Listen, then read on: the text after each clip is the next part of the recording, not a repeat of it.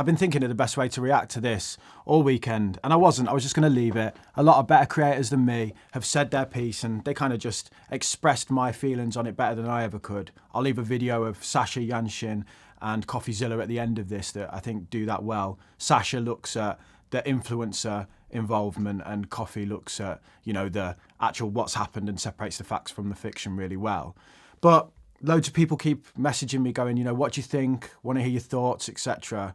So I'm just going to make an unscripted video, which I've never done before, so please bear with me. I got a few notes here so that if I look at the screen, it's just me referencing that so I don't miss out on the points. First of all, I need to say my thoughts are with anyone who's got money stuck on these platforms. It's a crap time of year for this to happen near Christmas, and it's just a really bad timing all round in terms of cost of living and everything that's going on. I'm just sorry if you've got your money stuck on these platforms. I need to be honest with you. If you watch my content, I'm not going to fill you with hope. I think the prognosis in terms of getting your money back looks pretty bad. It seems that there's been massive amounts of fraud here. There's hacks after the event as well, and more money's gone missing. The whole thing stinks and is rotten to the core, it looks like. What I will say is, I'm sorry that you're probably not going to get your money back. Hopefully the administrators, when they carve this up, find assets and they can dish those out to investors. But it's likely that the assets that were declared by Sam Bankman-Fried are pretty worthless anyway. A lot of the money in this business was held in the FTT token, which is obviously linked to the reputation of the business itself.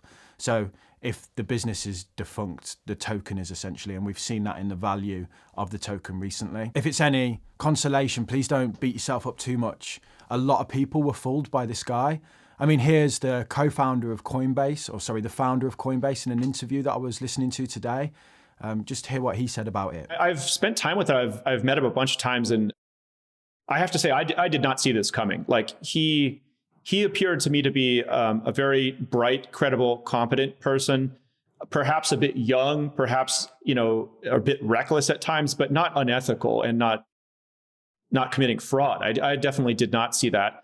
For those who don't know what's going on, I'm just going to give a simple one-liner as to what's happened. Sam Bankman-Fried, who owned FTX, which was a crypto exchange, essentially was dipping into client funds to feed a massive hole that had developed in his hedge fund, Alameda Research, I think it's called. So he was taking client funds and moving them over. That is fraud. You can't do that. He's committed a crime now, essentially. And I think, in reality, he's probably going to serve time for this. If he doesn't flee the country. But rumour has it that he's being watched by police at the moment. What's most surprising around this and the developments is the way that Sam was positioned ahead of this, the kind of praise and how he was put on a pedestal as this crypto white knight, the saviour of crypto, the most ethical man in there. He was on the cover of Forbes magazine, as the new Warren Buffett. It shouldn't be surprising, really, that Forbes magazine in the past also had Elizabeth Holmes on the front cover, who was the Theranos woman who, again, another massive corporate scandal and fraud, which involved a pack of lies where she lied about blood tests. I think, for me personally, traditional media needs to take a long, hard look at itself about how it validates and gives these people a platform without knowing anything about them. I don't think it will. I log on today and Forbes have got an article up about, a devil in nerds clothing, and it's like, oh, you pump them on the way up and on the way down.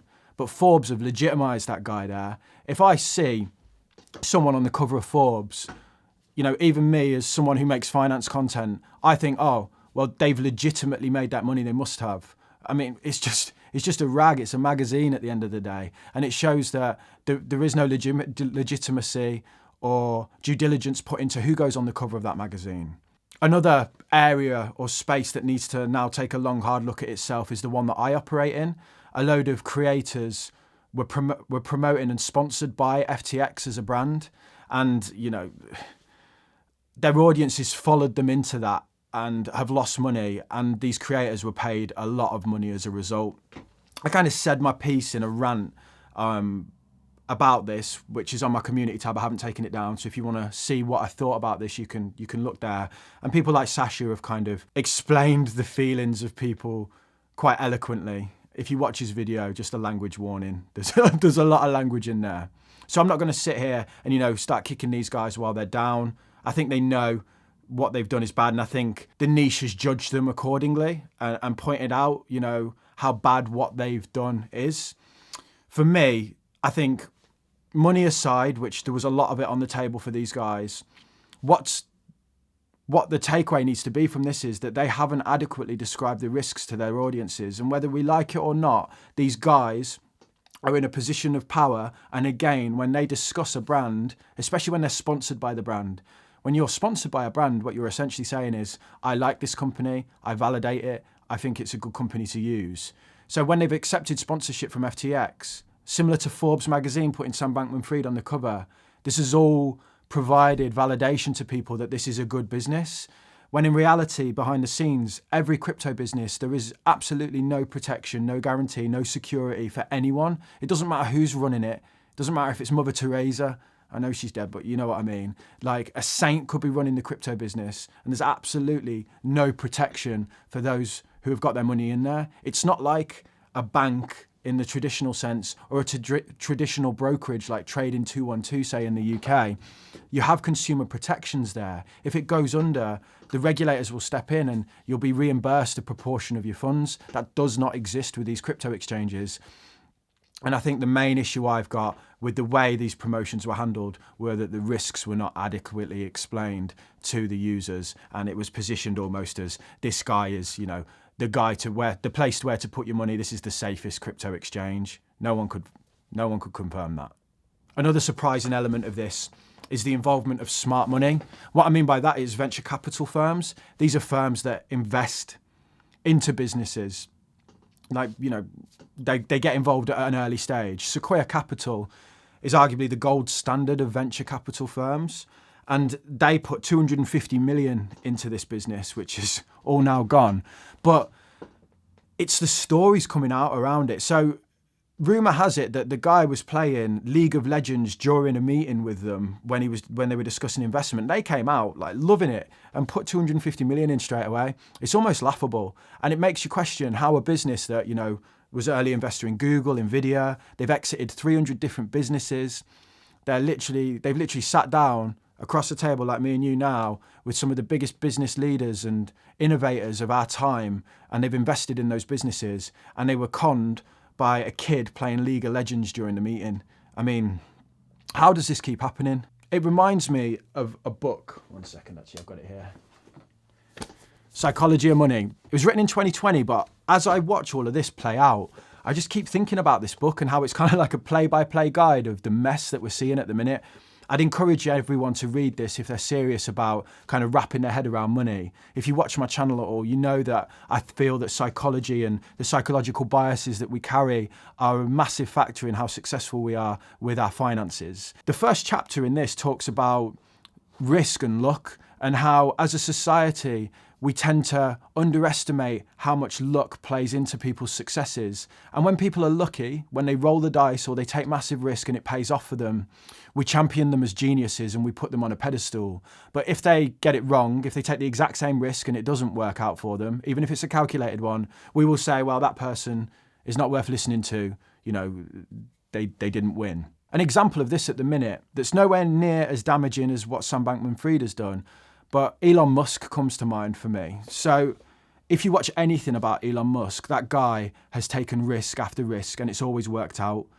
His businesses have been on the verge of bankruptcy multiple times and the guy's just gone all in and it's paid off. But I have to admit that the fandom that surrounds Elon Musk and the way that people hang on his every word and the way that people think that this guy is a genius that has all of the answers is very similar to the mania that surrounded Sam Bankman-Fried and his character, and that built him up to a position where he was made legitimate in the eyes of people through this putting them on a pedestal. Again, I want Elon to win, but there is a part of me that thinks, does this guy know anything about running a social media website? Twitter so far has been a bit of a disaster, and I sometimes question, are we putting people on pedestals that shouldn't be there, that take massive amounts of risk? In the book, they describe people that in the past basically did stuff that was against the law, but got away with it. And history's remembered them as geniuses, whereas their competitors got caught and they've been remembered as criminals. It's like people who win, we champion. The outcome of this book, or the outcome of that chapter, is that they say we shouldn't look at individuals. We shouldn't champion individuals. We should instead look at the wider trends. And I think if we apply that to what's gone on with FTX, what we would say is the individual was built up to a level where people felt that because his character was such that he was the best billionaire in the world, he was going to give all his money away, that his platform was somehow safe. But the wider trends showed us that cryptocurrency isn't safe, it's highly risky, and that even the biggest exchanges on the planet can collapse at any time. I think the lessons in this book are really, relevant to today and what has gone on. Again, I wasn't going to talk about this because I don't really like to get involved in YouTube drama. I said my piece on a rant when I was pretty angry at the apologies that were coming out. I've seen that Tom Nash has come out since and apologised again, and fair play to the guy for owning up to it. He shone a light on just how much money these guys were getting paid to promote FTX. Tom Nash getting 50 grand a month to promote them, which is pretty insane.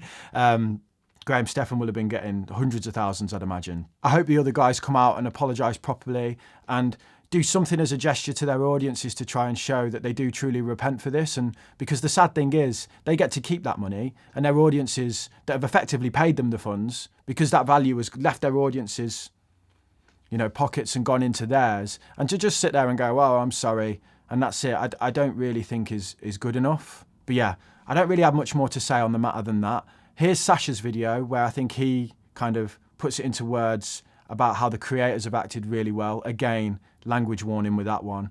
Sasha gets a little fruity sometimes. And here's Coffee's video where he talks about what has happened with FTX in terms of the facts and the fiction and what the story is so far. It's really worth a watch if you want to kind of get your head around what's gone on here. Thanks for that, guys. I'll be back in a couple of days with a properly edited and scripted video for you.